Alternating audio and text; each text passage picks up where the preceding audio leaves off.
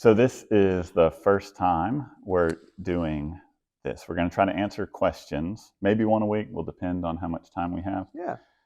Questions about what two white guys think. No, there's a joke in there somewhere. What Christians think about X, Y, and Z. Now, we're two Episcopal clergy, a priest and a deacon, who will be a priest soon enough. We'll talk about that maybe some week. And so we are going to talk about what our tradition or what we individually think about different things. And so today we're going to dive into the deep end. Mm-hmm. What do Christians think about justice? Yeah, starting off real easy. Gavin. Real easy, yeah. What do you think about justice? Well, I think it's a big word. I think when I start thinking about justice, it brings to mind the fact that in the New Testament specifically, the word that's translated as righteousness is actually translatable as justice. And so while the word justice in our English Bibles, while the word justice may not seem to show up as much in the New Testament, it's actually all over it. And so it makes me think about, there's a point in Romans 1 where Romans 1, 16 and 17, I think, where Paul says, in the gospel of Jesus Christ, the righteousness of God has been revealed from faith for faith. And there's this idea also within the New Testament about the Greek word revealed is actually apocalypses.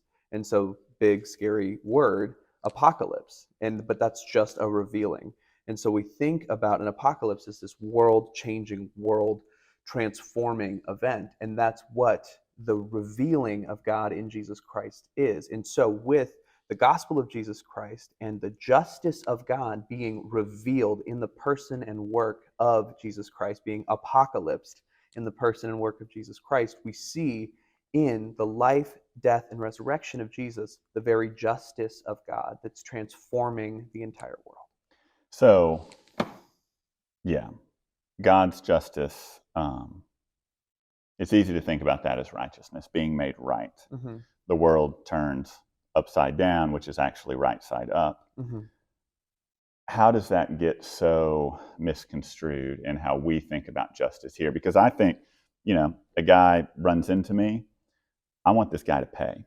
Yeah. Like, I don't necessarily just want my bumper fixed. Yeah. I want this guy to suffer. Yes. Because I'm mad. Yeah. What's justice there? What does God have to say about that?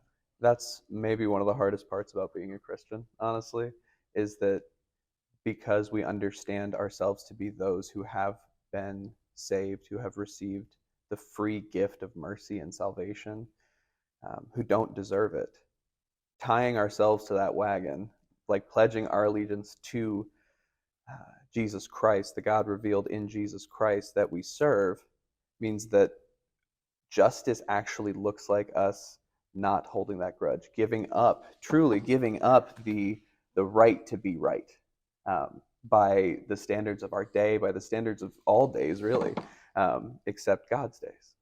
Yeah, I think about, we've been working through Matthew on Sunday mornings, and we've had, how many times should I forgive? 70 times 7. I think that speaks to this. Mm-hmm. We've had the workers in the vineyard, Mm-hmm. the people getting paid the same for different amounts of work. Yeah. And in that quote that Jesus says, "Are you envious because I'm generous?" Yeah. I think when it comes to justice, it's really easy for us to figure out, I want justice for me, Mm-hmm.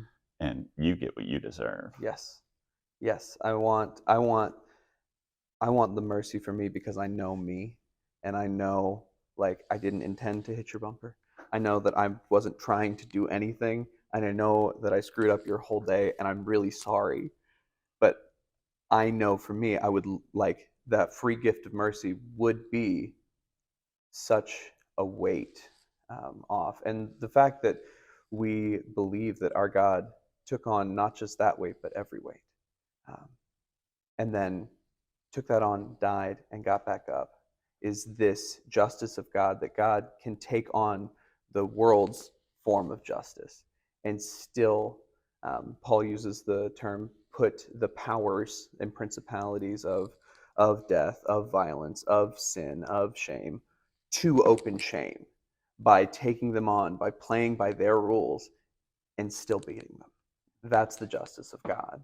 And it gets more confusing when we talk about justice in today's world, because it's more than just getting a bumper hit. It's systematic and systemic injustice against people of color, against women, against people who don't look like us. We are not really the people who end up feeling, the weight of systemic and systematic injustice. So what do we do with that? Yeah, I think that's the hard question. That's something Christians wrestle with, is how do we approach broken systems, unjust systems, and see in the church, I don't know if you can see all the way back there, we collect food, we collect toiletries, we collect all these things for folks experiencing homelessness. That's great. That's mercy. But where's the justice in that? What are we as a church doing? What are we as individual Christians doing to help bring justice to folks who have no grocery stores around them, to folks who have no access to clean drinking water, to folks who have no access to the powers and principalities? Yeah. I mean, one of the things that we talked about the other day is this idea of like lots of churches are buying medical debt, right? And what it might look like for a church to buy medical debt and not pay off the insurance company that's holding this over the people who needed the medical care and can't pay the debt, but who they've sold it to, this middleman who's bought it for pennies on the dollar. Is there justice there? And the answer, I think, is yes. Because if we're seeing justice as righteousness, as a making right, as a setting right in the world, even if it's within a broken system, doing what we can to bring justice, to bring rightness to these broken systems, it's not simple, it's not easy, it's not clean, it's not pretty, but it is the right thing to do. Yeah. I think that is enough on justice. We could talk for hours, but the right thing to do, the righteous thing to do, if we keep that in mind, if we keep pursuing the way Jesus lived, the way Jesus died, the way Jesus served others, and the way Jesus confronted an unjust system, thinking about the right thing to do is all we need to know. Yeah, that's a good place to start. Cool. Nice. We'll see how that was.